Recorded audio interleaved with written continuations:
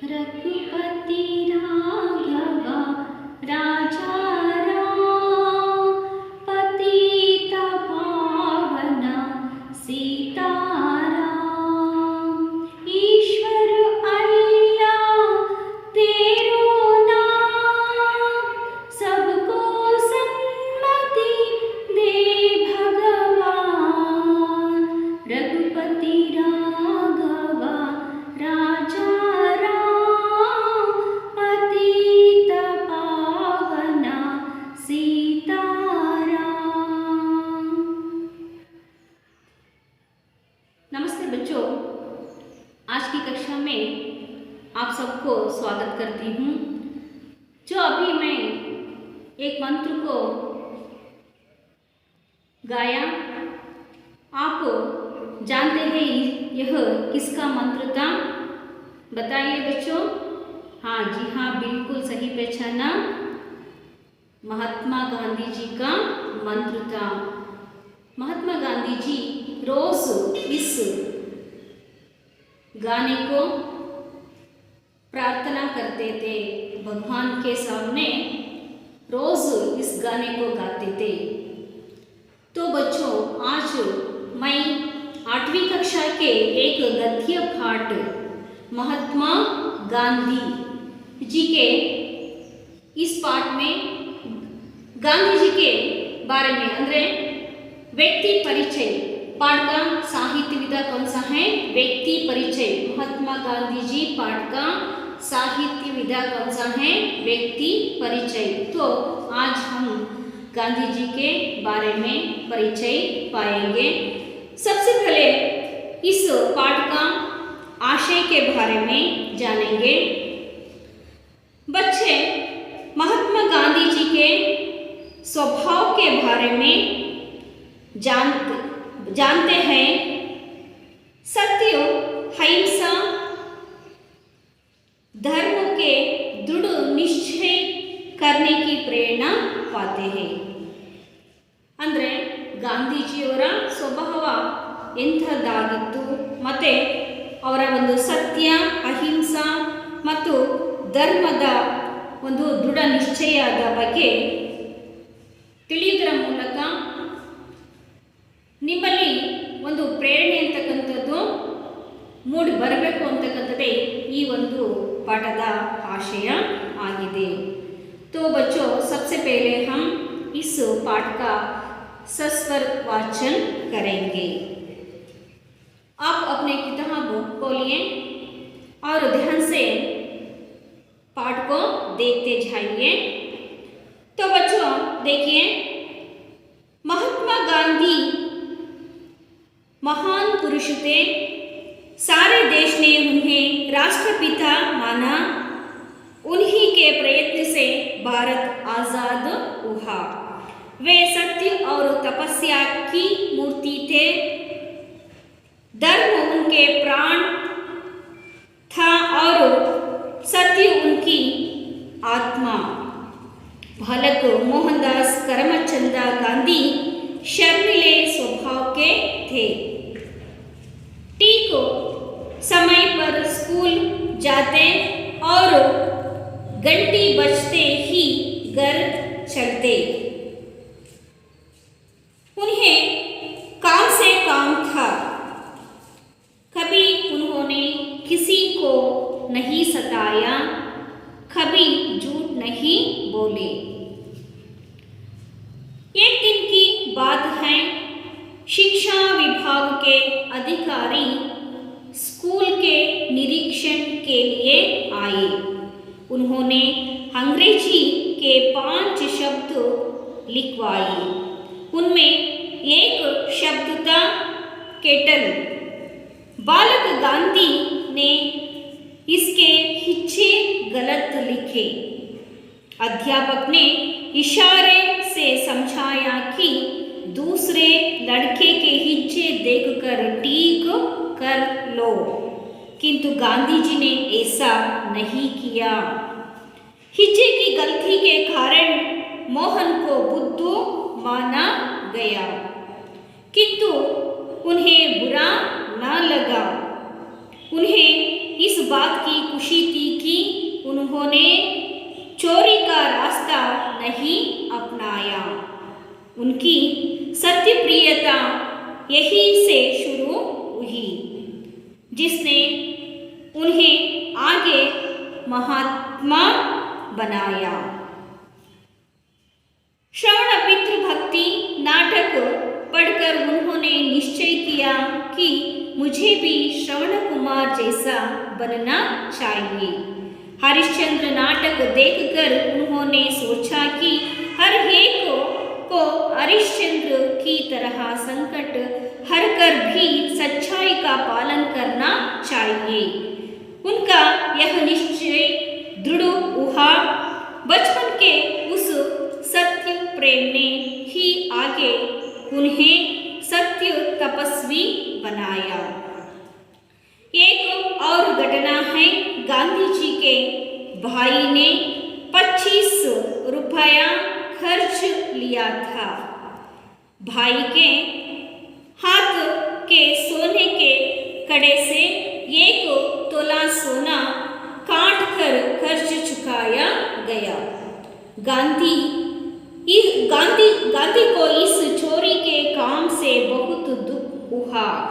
उन्होंने निश्चय किया कि भविष्य में कभी चोरी नहीं करूंगा। पिता से माफी मांगने की बात सोची, पर पिता के सामने जाने की हिम्मत न हुई। सारी घटना पत्र में लिखकर गांधी ने पिता से सजा मांगी। पत्र पढ़कर पिता की आंखें भर आई। गांधी जी ने हमेशा के लिए चोरी की आदत छोड़ दी। पिता के आंसू देखकर गांधी को विश्वास हो गया कि पिता ने मुझे क्षमा कर दिया है। अहिंसा, सत्य और धर्म के दृढ़ निश्चय ने गांधी जी को महात्मा बनाया।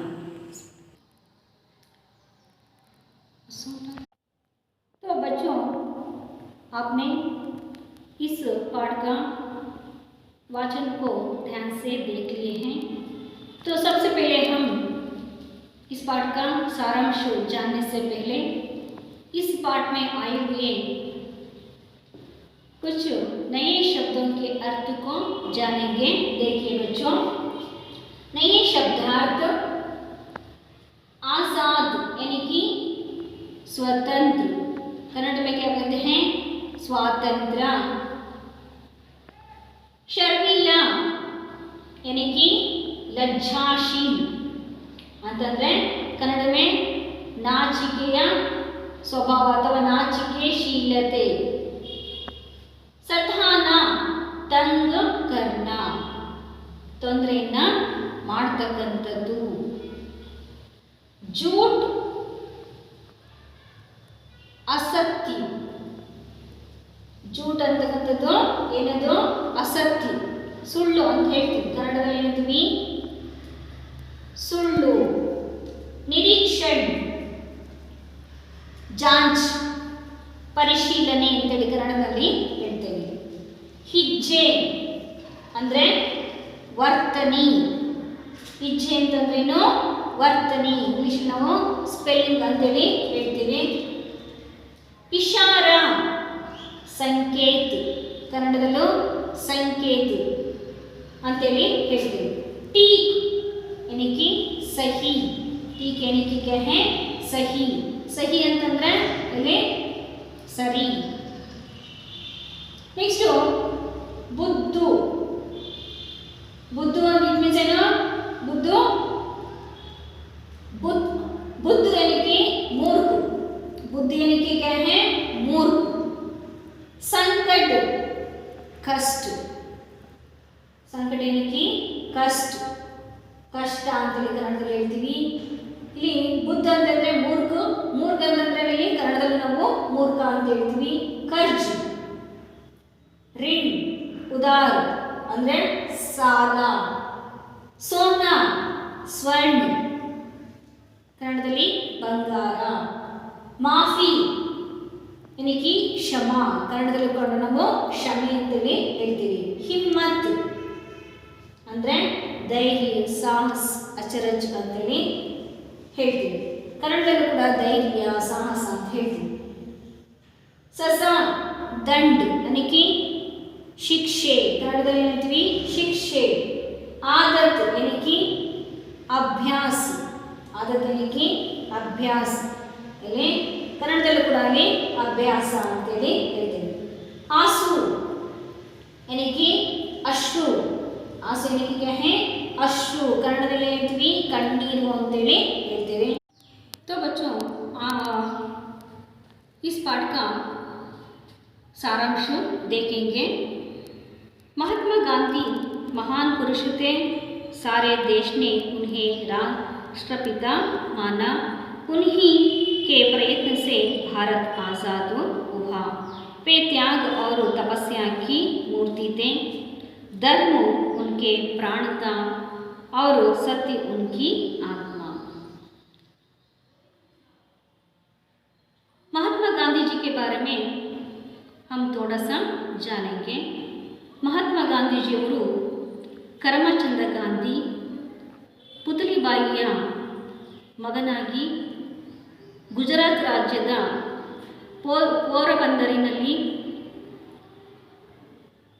ಅಕ್ಟೋಬರ್ 2 ಕ್ರಿಸ್ತಶಕ 1869ರಲ್ಲಿ ಇವರು ಜನಿಸ್ತಾರೆ. ಮೆಟ್ರಿಕ್ಯುಲೇಷನ್ನ ನಂತರ ಇಲ್ಲಿ ಇವರು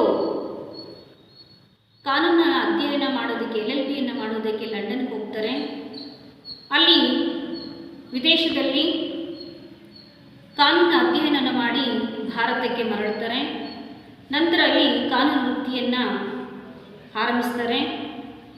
ಆದರೆ ದೇಶದ ಅಂದಿನ ಒಂದು ಪರಿಸ್ಥಿತಿಯನ್ನು ನೋಡಿ ತನ್ನ ಆ ಒಂದು ಕೆಲಸವನ್ನು ಬಿಡ್ತಾರೆ. ನಂತರ ಇಲ್ಲಿ ತಮ್ಮ ಇಡೀ ಜೀವನವನ್ನು ಅವರು ಭಾರತದ ಸ್ವಾತಂತ್ರ್ಯಕ್ಕೋಸ್ಕರ ಸಮರ್ಪಣೆಯನ್ನು ಮಾಡಿಕೊಂಡ್ರು. ಸೊ ಹಾಗಾಗಿ ಮಹಾತ್ಮ ಗಾಂಧೀಜಿಯವರು ಏನಾಗಿದ್ದರು, ನಮ್ಮ ದೇಶದ ಒಬ್ಬ ಮಹಾನ್ ಪುರುಷರಲ್ಲಿ ಏನಾಗಿದ್ದಾರೆ, ಒಬ್ಬರು ಆಗಿದ್ದಾರೆ. ಇಡೀ ದೇಶ ಅವರನ್ನು ಏನಂತ ಸಂಬೋಧನೆ ಮಾಡ್ತೋ, ರಾಷ್ಟ್ರಪಿತ ಅಂತಕ್ಕಂತಹ ಹೆಸರಿನಲ್ಲಿ ಅವರನ್ನು ಸಂಬೋಧನೆಯನ್ನು ಮಾಡ್ತು. ಸೊ ಅವರ ಒಂದು ಪ್ರಯತ್ನದಿಂದಾಗಿ ಇಡೀ ನಮ್ಮ ಹಿಂದೂಸ್ತಾನ ಅಂತಕ್ಕಂಥದ್ದು, ಭಾರತ ಅಂತಕ್ಕಂಥದ್ದು ಏನಾಯಿತು, ಆಜಾದ್ ಅಂತಂದರೆ ಸ್ವಾತಂತ್ರ್ಯವನ್ನು ಹೊಂದಿತು. आज़ाद का मतलब क्या है, स्वतंत्र. आज़ाद का मतलब क्या है बच्चों, स्वतंत्र. ಅಂದರೆ ಭಾರತ ಏನಾಯಿತು, ಸ್ವಾತಂತ್ರ್ಯವನ್ನು ಹೊಂದಿತು. वे त्याग और तपस्या की मूर्ति थे. ಸೊ ಇಲ್ಲಿ ಇಡೀ ಜೀವನವನ್ನು ಭಾರತದ ಸ್ವಾತಂತ್ರ್ಯಕ್ಕೋಸ್ಕರವಾಗಿ ಸಮರ್ಪಣೆಯನ್ನು ಮಾಡಿಕೊಂಡು ಅವರು ಇಡೀ ಜೀವನವನ್ನು ಇಲ್ಲಿ ಸಮಾಜ ಸೇವೆಗಾಗಿ, ದೇಶಕ್ಕಾಗಿ ಸಮರ್ಪಣೆಯನ್ನು ಮಾಡಿಕೊಂಡ್ರು. ಹಾಗಾಗಿ ಅವರನ್ನು ತ್ಯಾಗ ಮತ್ತು ತಪಸ್ವಿಯ ಮೂರ್ತಿ ಅಂತೇಳಿ ಅವರನ್ನ ಕರೆಯಲಾಗುತ್ತೆ. ಧರ್ಮ ಉನ್ಕೆ ಪ್ರಾಣ ಥಾ और ಸತ್ಯ ಉನ್ಕಿ ಆತ್ಮ. ಮಾನವತೆಯೇ ಅವರ ಏನಾಗಿತ್ತು, ಧರ್ಮವಾಗಿತ್ತು. ಮತ್ತೆ ಅವರ ಸತ್ಯವೇ ಏನಾಗಿತ್ತು, ಅವರ ಪ್ರಾಣ, ಉಸಿರು ಅಂತಕ್ಕಂಥದ್ದು ಆಗಿತ್ತು, ಆತ್ಮ ಅಂತಕ್ಕಂಥದ್ದು ಆಗಿತ್ತು. ಧರ್ಮವೇ ಅವರ ಉಸಿರು, ಪ್ರಾಣ ಆಗಿತ್ತು, ಸತ್ಯವೇ ಅವರ ಆತ್ಮವಾಗಿತ್ತು. ಹೀಗೆ ಅವರ ಒಂದು ಸತ್ಯ ಮತ್ತು ಧರ್ಮದಿಂದಾಗಿ ಅವರು ಮಹಾತ್ಮ ಅಂತಕ್ಕಂಥ ಹೆಸರನ್ನು ಅವರು ಪಡೆದುಕೊಂಡರು. आगे देखिए बच्चों, बालक मोहनदास करमचंद गांधी शर्मीले स्वभाव के थे. ठीक समय पर स्कूल जाते और घंटी बजते ही घर जाते. उन्हें काम से काम था. कभी उन्होंने किसी को नहीं सताया, कभी झूठ नहीं बोला। मोह का बालक मोहनदास करमचंद ಗಾಂಧಿ ಬಾಲಕ ಮೋಹನ್ ದಾಸ್ ಕರಮಚಂದ ಗಾಂಧಿ ಎಂತಹ ಸ್ವಭಾವದರಾಗಿದ್ರು? ನಾಚಿಕೆಯ ಸ್ವಭಾವದರಾಗಿದ್ರು। ಶರ್ಮಿಲಾ, ಶರ್ಮಿಲಾ यानी कि लज्जित स्वभाव अथवा लज्जाशील। शर्मिला का अर्थ क्या है बच्चा? लज्जाशील ಅಂತಂದ್ರೆ ನಾಚಿಕೆಯ ಶೀಲರಾಗಿದ್ರು ಅಥವಾ ನಾಚಿಕೆಯ ಸ್ವಭಾವದವರು ಆಗಿದ್ರು। ಇಡೀ ನಮ್ಮ ಭಾರತ ದೇಶದ ಒಂದು ಸ್ವಾತಂತ್ರ್ಯಕ್ಕೋಸ್ಕರ ಹೋರಾಡಿದಂತಹ ಮಹಾತ್ಮ ಗಾಂಧೀಜಿಯವರು ಬಾಲ್ಯದಲ್ಲಿ ಅವರು ಒಬ್ಬ ನಾಚಿಕೆಯ ಸ್ವಭಾವದಾಗಿದ್ರು ಅಂತಕ್ಕಂಥದ್ದನ್ನು ಇಲ್ಲಿ ಯಾರೂ ಕೂಡ ನಾವು ನಂಬುವುದಕ್ಕೆ ಸಾಧ್ಯ ಅಂತಕ್ಕಂಥದ್ದು ಇಲ್ಲ। ಆದರೆ ಮಕ್ಕಳೇ, ನಿಜಕ್ಕೂ ಇಲ್ಲಿ ಅವರ ಒಂದು ಆತ್ಮ ಚರಿತ್ರೆಯನ್ನು, ಬಯೋಗ್ರಫಿಯನ್ನು, ಅವರ ಸತ್ಯಾನ್ವೇಷಣೆ ಅಂತಕ್ಕಂತಹ ಬಯೋಗ್ರಫಿ ಆತ್ಮ ಕಥೆಯನ್ನು ನಾವು ನೋಡಿದಾಗ ಅವರು ತನ್ನ ಆತ್ಮಕಥೆಯಲ್ಲಿ ನಾನು ನಿಜಕ್ಕೂ ಬಾಲ್ಯದಲ್ಲಿ ನಾನು ಚಿಕ್ಕ ವಯಸ್ಸಿನಲ್ಲಿ ಶರ್ಮಿಲಾ ಸ್ವಭಾವವನ್ನು ಹೊಂದಿದ್ದೆ। ಸೊ ಯಾರ ಹತ್ರನೂ ಅವರು ಮಾತಾಡ್ತಾ ಇರಲಿಲ್ಲ। ಅವರು ಸೊ ಅಂಜಿಕೆಯನ್ನು ಪಡ್ತಾ ಇದ್ರು, ಭಯವನ್ನು ಪಡ್ತಾ ಇದ್ರು। ಸರಿಯಾದ ಸಮಯಕ್ಕೆ ಸ್ಕೂಲ್ಗೆ ಹೋಗ್ತಾ ಇದ್ರು, ಗಂಟೆ ಹೊಡೆಯೋ ಸಮಯಕ್ಕೆ ಅವರು ಸ್ಕೂಲ್ಗೆ ಹೋಗ್ತಾ ಇದ್ರು। ಗಂಟೆ ಹೊಡಿತಿದ್ದಂಗಲೇ ಸಂಜೆ ಮನೆಗೆ ಓಡೋಡಿ ಬರ್ತಾ ಇದ್ರು, ಎಲ್ಲೂ ನಿಂತ್ಕೊಳ್ತಾ ಇರಲಿಲ್ಲ। ಯಾಕಪ್ಪ ಅಂತಂದರೆ ಇಲ್ಲಿ ಅವರು ಎಲ್ಲಿ ದಾರಿಯಲ್ಲಿ ನನ್ನ ಸ್ನೇಹಿತರು ನನ್ನನ್ನು ಚಿಡಾಯಿಸ್ತಾರೆ, ಗೇಲಿಯನ್ನು ಮಾಡ್ತಾರೆ ಅಂತಕ್ಕಂತಹ ಒಂದು ಅಂಜಿಕೆ ಅಂತಕ್ಕಂಥದ್ದು ಅವರಲ್ಲಿ ಇತ್ತು। ಕೆಲಸದಲ್ಲಿ ಮಾತ್ರ ಎಷ್ಟು ಕೆಲಸ ಇತ್ತೋ ಅಷ್ಟು ಕೆಲಸವನ್ನು ಮಾಡಿಕೊಂಡವರು ಬರ್ತಾ ಇದ್ರು। ಸೊ ಅವರಿಗೆ ಯಾರೂ ಕೂಡ ನನ್ನ ಪುಸ್ತಕಗಳೇ, ಪಾಠ ಮತ್ತು ಪುಸ್ತಕಗಳೇ ನನ್ನ ಸ್ನೇಹಿತರು ಆಗಿದ್ರು ಅಂತಕ್ಕಂಥ ಮಾತನ್ನು ಅವರು ಹೇಳ್ತಾರೆ। ಸೊ ಹೀಗೆ ಅವರು ಯಾರ ಹತ್ರನೂ ಕೂಡ ಮಾತಾಡ್ತಾ ಇರಲಿಲ್ಲ, ಯಾರ ಸ್ನೇಹಿತರ ಹತ್ರನೂ ಕೂಡ ಅವರು ಬೆರೀತಾ ಇರಲಿಲ್ಲ। ಹೀಗೆ ಅವರು ಮತ್ತೆ ಅಷ್ಟೇ ಅವರು ಯಾರನ್ನೂ ಕೂಡ ಇಲ್ಲಿ ಮಾತಾಡಿಸ್ತಿರ್ಲಿಲ್ಲ, ನಾಚಿಕೆ ಸ್ವಭಾವನ ಹೊಂದಿದ್ರು। ಮತ್ತು ಬೇರೆಯವರಿಗೆ ಯಾರಿಗೂ ಕೂಡ ಅವರು ತೊಂದರೆಯನ್ನು ಕೊಡ್ತಾ ಇರಲಿಲ್ಲ।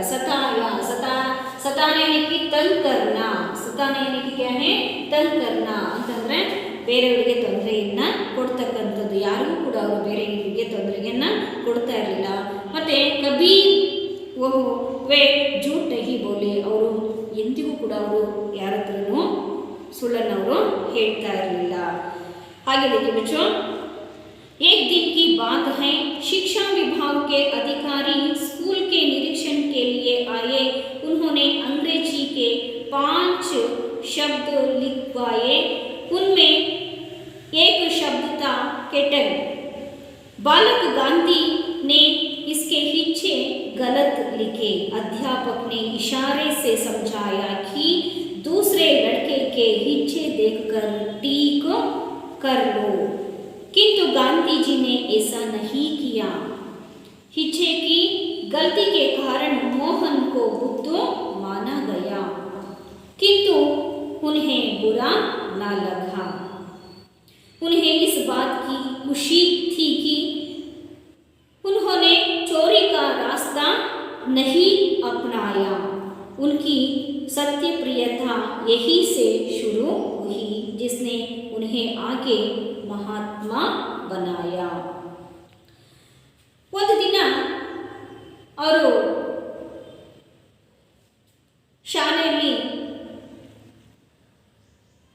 ಶಿಕ್ಷಾ ವಿಭಾಗದಿಂದ ಒಬ್ಬ ಶಿಕ್ಷಣಾಧಿಕಾರಿ ಇನ್ಸ್ಪೆಕ್ಟ್ರು ಮಿಸ್ಟರ್ ಗೈಲ್ಸ್ ಅಂತಕ್ಕಂತಹ ಒಬ್ಬ ಇನ್ಸ್ಪೆಕ್ಟ್ರು ಅವರ ಶಾಲೆಗೆ ಇನ್ಸ್ಪೆಕ್ಷನಿಗೆ ಅಂತಂದರೆ ಪರಿಶೀಲನೆಗಾಗಿ, ನಿರೀಕ್ಷಣೆಗಾಗಿ ಅವರ ಶಾಲೆಗೆ ಭೇಟಿಯನ್ನು ನೀಡಿರ್ತಾರೆ।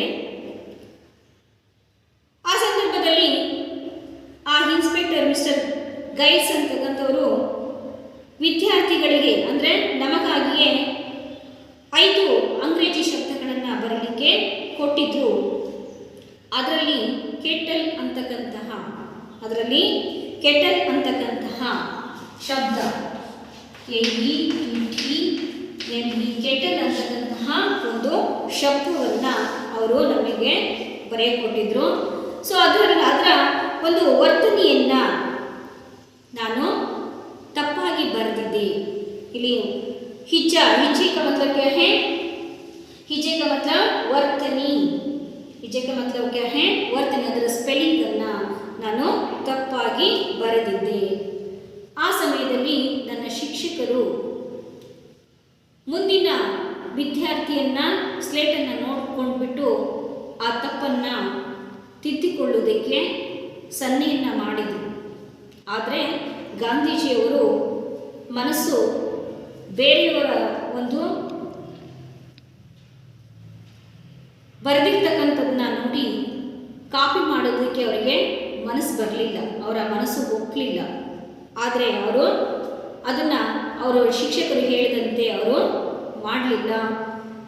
ಆದರೆ ನಂತರ ಇಲ್ಲಿ ಬಾಲಕ ಮೋಹನನ್ನ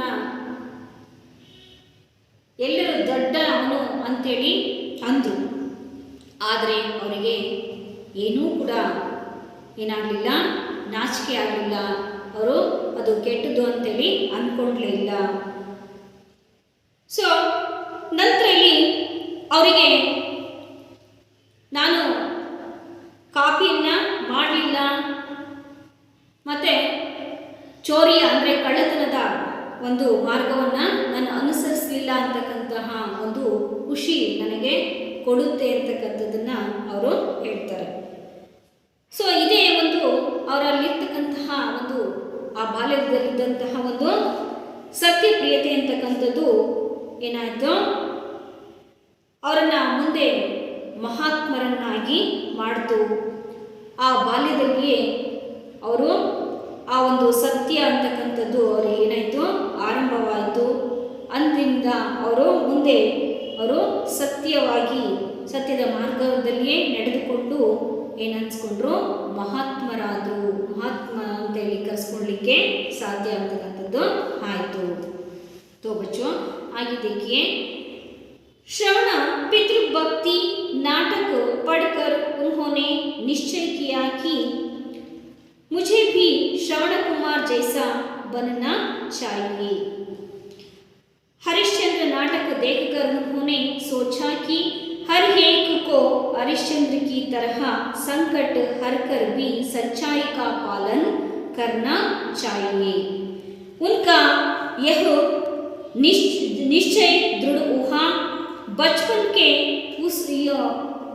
के उस सत्य प्रेम ने ही आगे उन्हें सत्य तपस्वी बनाया.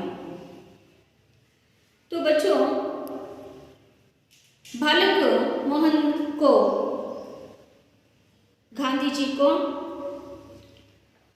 उनके किताबों के छोड़कर अन्य किताबों को वो कभी नहीं पढ़ते थे.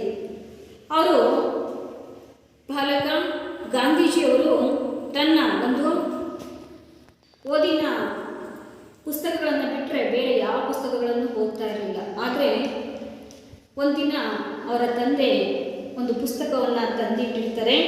ಅದು ಶ್ರವಣ ಪಿತೃಭಕ್ತಿ ನಾಟಕದ ಒಂದು ಪುಸ್ತಕ ಆಗಿರುತ್ತೆ. ಸೊ ಅದನ್ನು ನೋಡ್ತಾರೆ. ಹೇಗೋ ಏನೋ ಅವರಿಗೆ ಅದನ್ನು ಓದಬೇಕು ಅಂತಕ್ಕಂಥ ಮನಸ್ಸಾಗುತ್ತೆ, ಅದನ್ನು ಓದ್ತಾರೆ. ಸೊ ಅದೇ ಸಮಯಕ್ಕೆ ಅವರ ಒಂದು ಊರಿನಲ್ಲಿ ಗೊಂಬೆಯನ್ನು ಆಡಿಸ್ತಕ್ಕಂತಹ, ಗೊಂಬೆ ಚಿತ್ರವನ್ನು ಪ್ರದರ್ಶನವನ್ನು ಮಾಡ್ತಕ್ಕಂತಹ ತೋರಿಸ್ತಕ್ಕಂಥವರು ನಾಟಕವನ್ನು ತೋರಿಸೋದಕ್ಕೆ ಬಂದಿರ್ತಾರೆ. ಸೊ ಆ ಒಂದು ನಾಟಕವನ್ನು, ಶ್ರವಣ ಪಿತೃಭಕ್ತಿ ನಾಟಕವನ್ನು ನೋಡ್ತಾರೆ. ಸೊ ಅಲ್ಲಿ ಆ ಒಂದು ದೃಶ್ಯ ಅಂತಕ್ಕಂಥದ್ದು ಅಂತಂದರೆ ಶ್ರವಣಕುಮಾರ ತನ್ನ ಅಂಧ ಕುರುಡು ಮಾತಾಪಿತೃಗಳನ್ನು ಹಡ್ಡೆಯಲ್ಲಿ ಕೂರಿಸ್ಕೊಂಡು ಯಾತ್ರೆಗೆ ಹೋಗ್ತಕ್ಕಂಥದ್ದು. ಆ ಯಾತ್ರೆಯನ್ನು ಮಾಡ್ತಕ್ಕಂಥ ಸಮಯದಲ್ಲಿ ಅವರ ತಂದೆ ತಾಯಿಯ ಮೃತ್ಯುವನ್ನು ಹೊಂದತಕ್ಕಂಥದ್ದು. ಆ ಸಮಯದಲ್ಲಿ ತಾಯಿಗಳನ್ನು ಕಳೆದುಕೊಂಡಂತಹ ಶ್ರವಣ ಕುಮಾರ ಅವನ ಒಂದು ಆ ದುಃಖ ಅಂತಕ್ಕಂಥದ್ದು ಗಗನವನ್ನು ಚುಂಬಿಸುವಂತಿತ್ತು. ಅವನ ಆರ್ತಲಾಪ ಅಂತಕ್ಕಂಥದ್ದು ಅಷ್ಟು ತನ್ನ ತಂದೆ ತಾಯಿಗಳನ್ನು ಕಳೆದುಕೊಂಡು ಶ್ರವಣಕುಮಾರ ದುಃಖವನ್ನು ಪಡ್ತಾ ಇರ್ತಾನೆ. ಆ ಒಂದು ಸನ್ನಿವೇಶ ಗಾಂಧೀಜಿಯರ ಮೇಲೆ ಅತ್ಯಂತ ಒಂದು ಪ್ರಭಾವವನ್ನು ಬೀರುತ್ತೆ. ಅವರು ತಮಗೆ ತಾವೇ ಹೇಳ್ಕೊಳ್ತಿರ್ತಾರೆ, ಹೀಗೋ ಇಲ್ಲಿ ನಿನಗೊಂದು ಆದರ್ಶವಿದೆ, ಅದನ್ನು ಅನುಕರಿಸು. ಹೀಗೋ ಇಲ್ಲಿ ನಿನಗೊಂದು ಆದರ್ಶವಿದೆ, ಅದನ್ನು ಅನುಕರಿಸು ಅಂತೇಳಿ ತನಗೆ ತಾನೇ ಹೇಳ್ಕೊಳ್ತಾ ಇರ್ತಾರೆ. ಸೊ ಹೀಗೆ ಒಂದು ಆ ಶ್ರವಣ ಕುಮಾರನ ಒಂದು ನಾಟಕ ಅಂತಕ್ಕಂಥದ್ದು ಅವರ ಮೇಲೆ ಅತ್ಯಂತ ಒಂದು ಪ್ರಭಾವವನ್ನು ಬೀರುತ್ತೆ. ಸೊ ಎಷ್ಟೋ ಬಾರಿ ಅವರು ತನ್ನನ್ನು ತಾನು ಶ್ರವಣ ಕುಮಾರನಾಗಿ ಅವರು ಅಭಿನಯಿಸ್ಕೊಳ್ತಾ ಇದ್ರು. ಮತ್ತು ಅಲ್ಲಿ ಆ ಶ್ರವಣ ಕುಮಾರನ ಒಂದು ಆರ್ತಲಾಪ, ತನ್ನ ತಂದೆ ತಾಯಿಗಳನ್ನು ಕಳೆದುಕೊಂಡು ಅವನ ದುಃಖಿಸ್ತಕ್ಕಂತಹದನ್ನು ಇಲ್ಲಿ ನೆನೆಸ್ಕೊಂಡ್ಬಿಟ್ಟು ಅವರು ಒಂಟಿಯಾಗಿ ಕುತ್ಕೊಂಡು ಸಾಕಷ್ಟು ಬಾರಿ ನಾನು ಅಳ್ತಾ ಇದ್ದೆ, ವೇದನೆಯನ್ನು ಪಡ್ತಾ ಇದ್ದೆ ಅಂತಕ್ಕಂಥ ಮಾತನ್ನು ಹೇಳ್ತಾರೆ. ಸೊ ಅದೇ ರೀತಿಯಾಗಿ ನಾನು ಕೂಡ ಇಲ್ಲಿ ಶ್ರವಣ ಕುಮಾರನಂತೆ ಆಗಬೇಕು ಅಂತಕ್ಕಂಥದ್ದನ್ನು ಅವರು ಬಯಸಿದರು. ಸೊ ಹಾಗಾಗಿಯೇ ಅವರು ಅವರ ತಂದೆ ತಾಯಿಯನ್ನು ಅವರು ತುಂಬ ಏನು ಮಾಡ್ತಾಯಿದ್ರು, ಗೌರವವನ್ನು ನೀಡ್ತಾ ಇದ್ರು, ಪ್ರೀತಿಸ್ತಾ ಇದ್ದರು. ಹಾಗೆ ಇನ್ನೊಂದು ನಾಟಕ, ಅದು ಊರಿನಲ್ಲಿ ಮತ್ತೊಂದು ನಾಟಕ ಬರುತ್ತೆ, ಹರಿಶ್ಚಂದ್ರ ನಾಟಕ. ಸೊ ಈ ಒಂದು ನಾಟಕವನ್ನು ಕೂಡ ಇಲ್ಲಿ ಅವರು ಗೊಂಬೆ ಪ್ರದರ್ಶನವರು ವಿತರಿಸಲಿಕ್ಕೆ ಬಂದಿರ್ತಾರೆ. ಆ ಒಂದು ನಾಟಕವನ್ನು ನೋಡಿಬಿಟ್ಟು ಅವರು ಯೋಚಿಸ್ತಾರೆ, ಎಲ್ಲರೂ ಕೂಡ ಏಕೆ ಹರಿಶ್ಚಂದ್ರನಾಗಿ ಇರಬಾರ್ದು ಅಂಥೇಳಿ ಹಗಲು ರಾತ್ರಿ ಅವರು ಅದೇ ಚಿಂತೆಯಲ್ಲಿ ಮಗ್ನರಾಗ್ತಾರೆ. ಸೊ ಎಲ್ಲರೂ ಕೂಡ ಸತ್ಯ ಹರಿಶ್ಚಂದ್ರರಾಗಬೇಕು, ನಾನು ಕೂಡ ಸತ್ಯ ಹರಿಶ್ಚಂದ್ರನಾಗಬೇಕು, ಸತ್ಯ ಹರಿಶ್ಚಂದ್ರನ ನಂತರ ಇಲ್ಲಿ ನಾನು ಕೂಡ ಎಲ್ಲರ ಒಂದು ಸಂಕಟವನ್ನು, ಕಷ್ಟವನ್ನು ನಾನು ಹರಣ ಮಾಡಬೇಕು, ಪರಿಹಾರವನ್ನು ಮಾಡಬೇಕು, ಸತ್ಯದ ಒಂದು ಪಾಲನೆಯನ್ನು ಮಾಡಬೇಕು ಅಂತಕ್ಕಂತಹ ಒಂದು ದೃಢ ನಿಶ್ಚಯವನ್ನು ಮಾಡಿದರು. ಸೊ ಈ ಒಂದು ಸತ್ಯ ಹರಿಶ್ಚಂದ್ರ ನಾಟಕ, ಶ್ರವಣ ಪಿತೃಭಕ್ತಿ ನಾಟಕ, ಈ ಎರಡು ನಾಟಕಗಳು ಅವರ ಮೇಲೆ ಅತ್ಯಂತ ಒಂದು ಪ್ರಭಾವವನ್ನು ಬೀರಿದಂತಹ ಒಂದು ಚಿತ್ರಗಳು ಅಂತೇಳಿ ಹೇಳ್ಬೋದು. ಸೊ ಅದರಲ್ಲಿ ಈ ನಾಟಕಗಳನ್ನು ಅವರು ಎಷ್ಟು ಸಾರಿ ನೋಡಿದರೂ ಕೂಡ ಇಲ್ಲಿ ಅವರಿಗೆ ತೃಪ್ತಿ ಆಗ್ತಿರಲಿಲ್ಲಂತೆ. ಅಷ್ಟು ಸಾರಿ ಅವರು ನಾನು ನನ್ನ ಒಂದು ತಂದೆಯಿಂದ ಹಣವನ್ನು ಕೇಳಿ ಏನೇ ಹಣವನ್ನು ಪಡೆದುಕೊಂಡು ಇಲ್ಲಿ ನೋಡಲಿಕ್ಕೆ ಹೋಗ್ತಾ ಇದ್ದೆ. ಆದರೆ ಎಷ್ಟು ಬಾರಿ ನನಗೆ ಆದರೂ ಕೂಡ ತೃಪ್ತಿ ಆಗ್ತಿರಲಿಲ್ಲ. ಮನೆಯಲ್ಲಿ ಎಷ್ಟು ಬಾರಿ ಇಲ್ಲಿ ಹಣವನ್ನು ಇಲ್ಲಿ ನೋಡುವುದಕ್ಕೆ ಕೊಡ್ತಾರೆ, ಆದರೂ ಕೂಡ ನನಗೆ ತೃಪ್ತಿ ಆಗ್ತಿರಲಿಲ್ಲ ಅಂತಕ್ಕಂಥ ಮಾತನ್ನು ಅವರು ಹೇಳ್ತಾರೆ. ಸೊ ಹೀಗೆ ಅವರು ಬಾಲ್ಯದಲ್ಲಿ ಅವರ ಒಂದು ಸತ್ಯ ಪ್ರೇಮ ಅಂತಕ್ಕಂಥದ್ದು ಇಲ್ಲಿ ಅವರನ್ನು ಮುಂದೆ ಏನಾಯಿತು, ಸತ್ಯ ತಪಸ್ವಿಯಾಗಿ ಮಾಡಿತು. ಸೊ आगे देखिए, एक और घटना है, गांधी जी के भाई ने 25 रुपये कर्ज लिया था। भाई के साथ भाई के हाथ के सोने के कड़े से 1 तोला सोना काट कर कर्ज चुकाया गया। गांधी को इस चोरी के काम से बहुत दुख हुआ। उन्होंने निश्चय किया कि भविष्य में कभी चोरी नहीं करूँगा।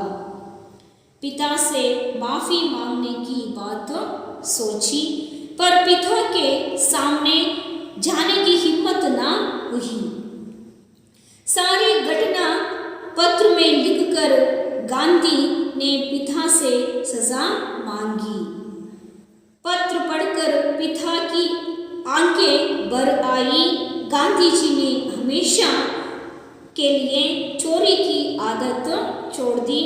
पिता के आंसू देखकर गांधी को विश्वास हो गया कि पिता ने मुझे क्षमा कर दिया है। अहिंसा, सत्य और धर्म के दृढ़ निश्चय ने गांधी को महात्मा बनाया।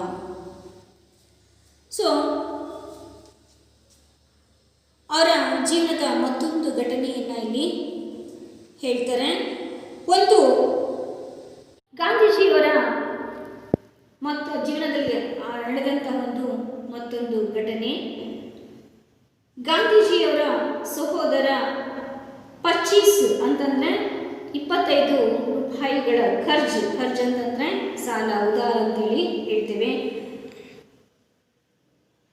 25 ರೂಪಾಯಿಯನ್ನು ಅವರು ಸಾಲವಾಗಿ ತೆಗೆದುಕೊಂಡಿರ್ತಾರೆ, ಸಾಲವನ್ನು ಮಾಡಿರ್ತಾರೆ. ಯಾರು? ಗಾಂಧೀಜಿಯವರ ಸಹೋದರ. ಭಾಯಿಯ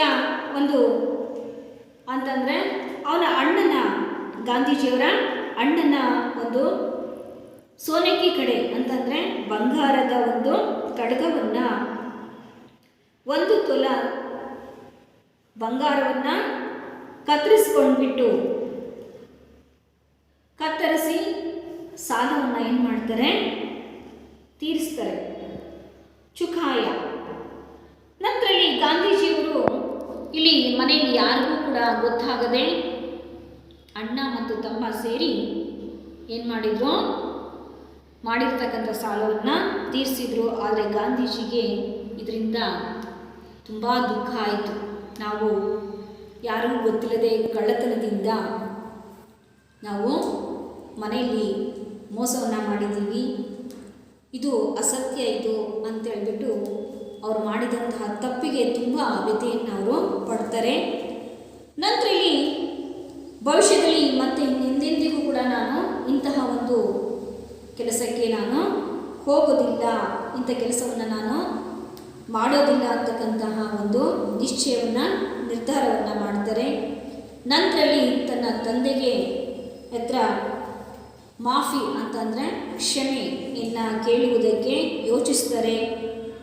ನೇರವಾಗಿ ಅವರಿಗೆ ಕ್ಷಮೆಯನ್ನು ಕೇಳುವುದಕ್ಕೆ ಧೈರ್ಯವಿಲ್ಲದೆ ಕಾರಣವಾಗಿ ಆ ನಡೆದಂಥ ಘಟನೆಯನ್ನು ಪತ್ರದಲ್ಲಿ ಬರೆದು ತನ್ನ ತಂದೆ ಹತ್ರ ಕ್ಷಮೆಯನ್ನು ಯಾಚಿಸ್ತಾರೆ.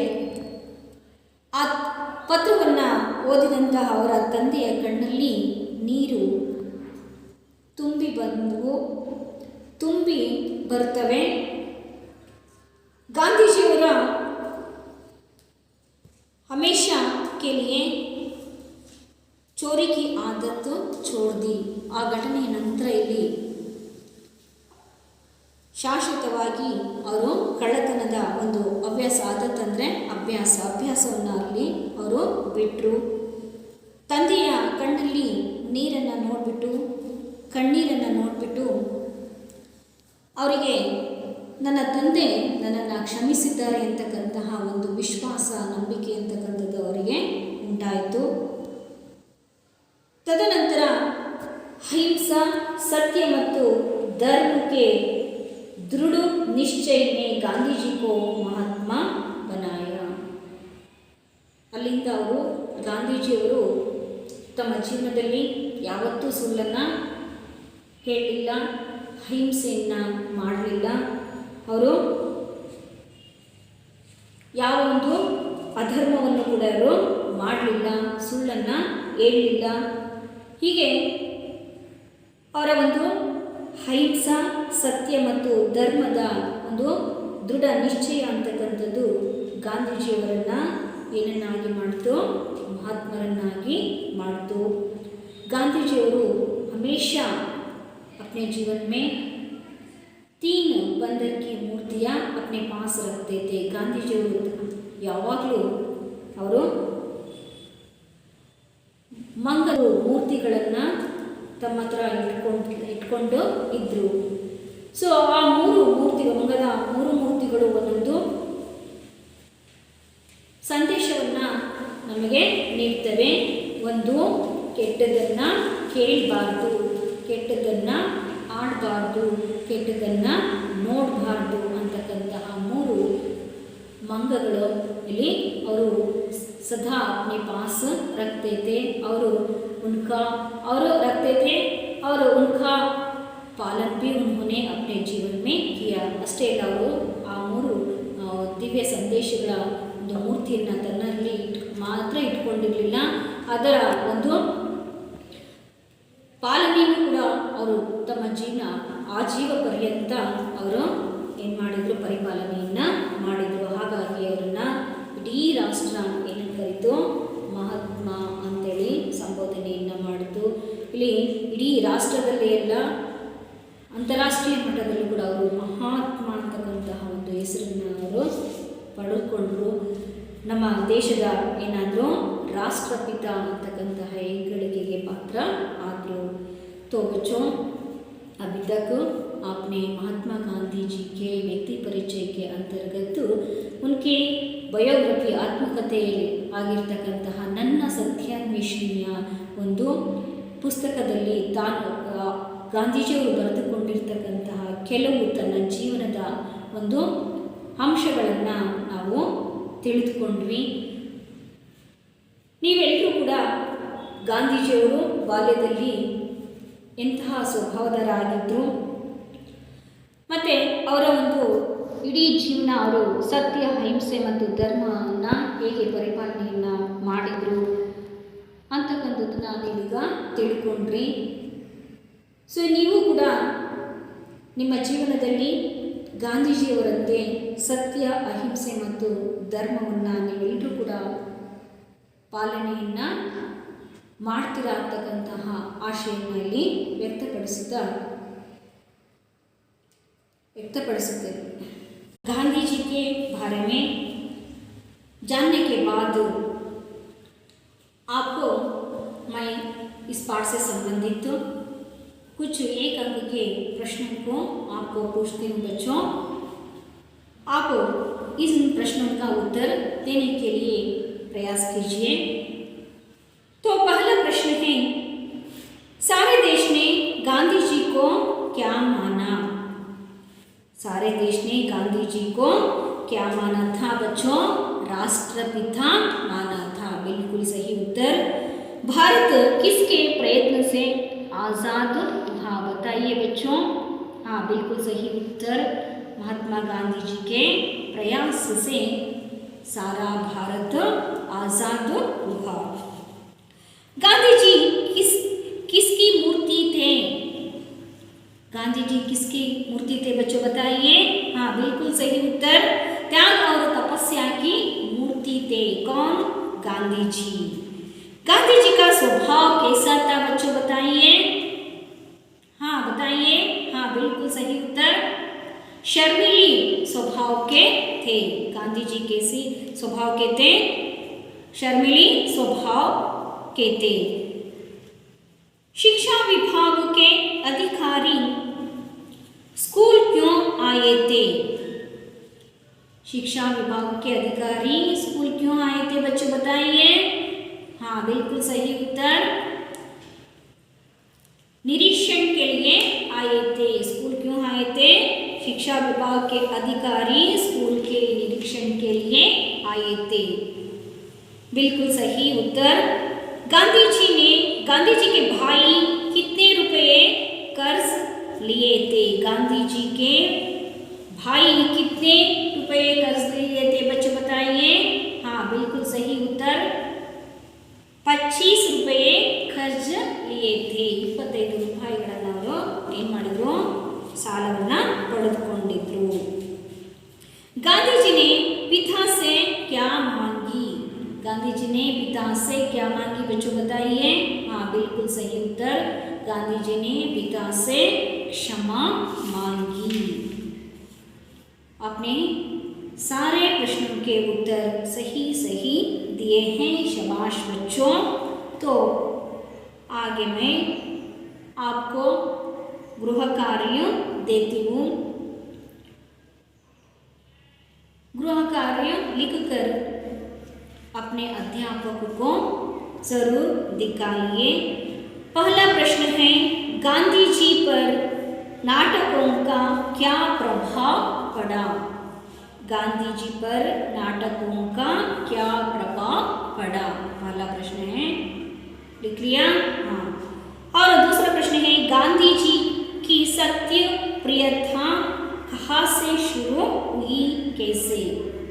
ಗಾಂಧೀಜಿಯವರ ಸತ್ಯ ಪ್ರಿಯತೆ ಅಂತಕ್ಕಂಥದ್ದು ಎಲ್ಲಿಂದ ಆರಂಭ ಆಯಿತು, ಹೇಗೆ ಅಂತಕ್ಕಂಥ ಒಂದು ಆ ಘಟನೆಯನ್ನು ಗಾಂಧೀಜಿಯವರು ನಡೆದಂಥ ಆ ಘಟನೆಯನ್ನು ನೀವು ಬರೀಬೇಕು ಮಕ್ಕಳೇ. और तीसरा प्रश्न है, पिता से गांधी जी के माफ़ी मांगने के प्रसंग का वर्णन कीजिए. गांधी जी से पिताजी के माफ़ी मांगने के प्रसंग का वर्णन कीजिए. लिख लिया बच्चों? तो आज की कक्षा मैं यही समाप्त करती हूँ. आशा करती हूँ हर एक विद्यार्थी गांधी जी जैसे बनने के लिए अपने जीवन में प्रयास करेंगे, उनके आदर्शों को अपने जीवन में लागू करेंगे, महात्मा बनेंगे. गांधी जी के आदर्शों को अपने जीवन में पालन करेंगे तो हर एक व्यक्ति भी गांधी जैसे बन सकते हैं, हर एक व्यक्ति भी महात्मा बन सकते हैं. तो आप भी महान बनने की कोशिश कीजिए, ऐसा आशा करते हुए आज की कक्षा को मैं यही समाप्त करती हूँ बच्चों. अगली कक्षा में फिर मिलेंगे, तब तक के लिए नमस्कार.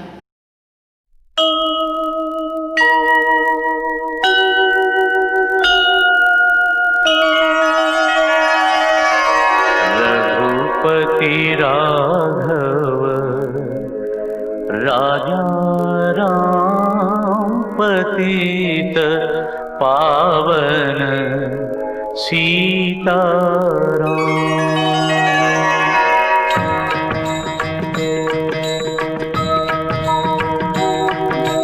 रघुपति राघव राजा राम पतित पावन सीताराम.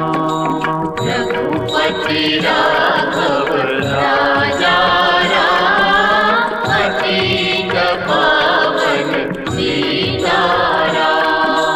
रघुपति राघव राजा राम पतित पावन सीताराम.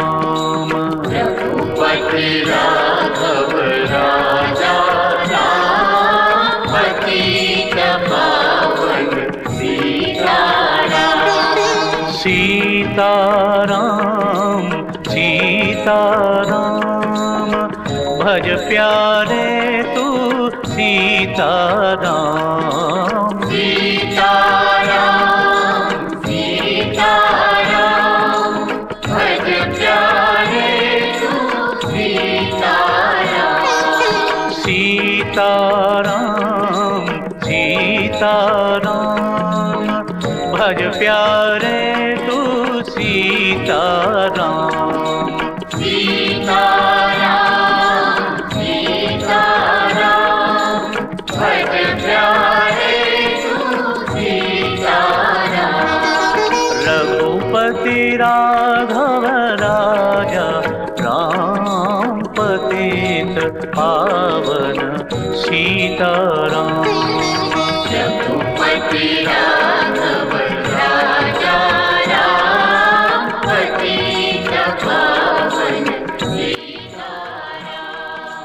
रघुपति राघव राजा राम पतित पावन सीताराम.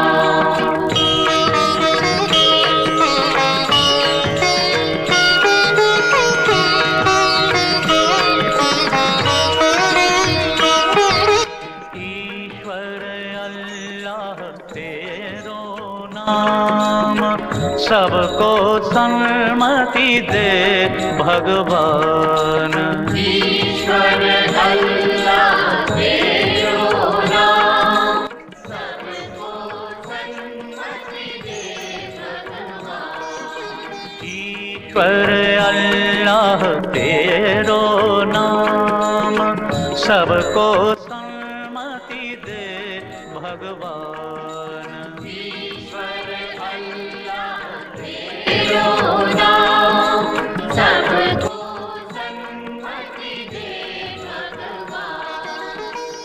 ईश्वर अल्लाह तेरो नाम सबको सन्मति दे भगवान। राजा राम पतित पावन सीताराम। रघुपति राघव राजा राम पतित पावन सीताराम।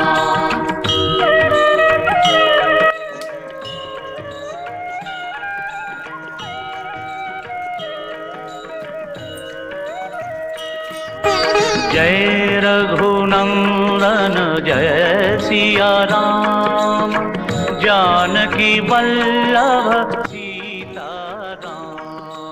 जय रघुनंदन जय सिया राम, जानकी वल्लभ सीताराम। जय रघुनंदन जय सिया राम, जानकी वल्लभ सीताराम। जय रघुनंदन जय सिया राम, जानकी वल्लभ सीताराम। जय रघुनंदन जय सिया राम, जानकी वल्लभ सीताराम। रघुपति राघव राजा राम पतित पावन सीताराम। रघुपति राघव